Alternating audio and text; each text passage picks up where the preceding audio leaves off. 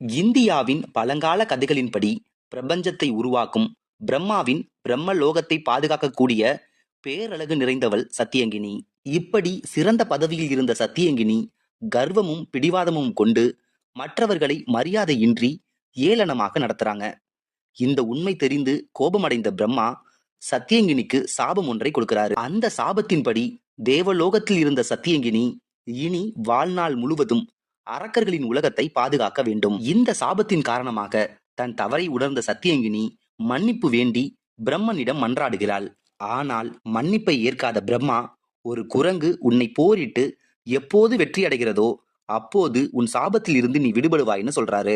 பிரம்மனின் இந்த சாபத்தை பெற்ற சத்தியங்கினி தான் ராவணனோட ராஜ்யமான இலங்கையை காத்து நின்ற இளங்கினி. இதற்கு பின்பு அனுமன் சீதையை தேடி சென்ற போது இலங்கையை காத்து நின்ற இளங்கினியோடு சண்டையிட்டு வெற்றி பெற்ற பின்பு இளங்கினி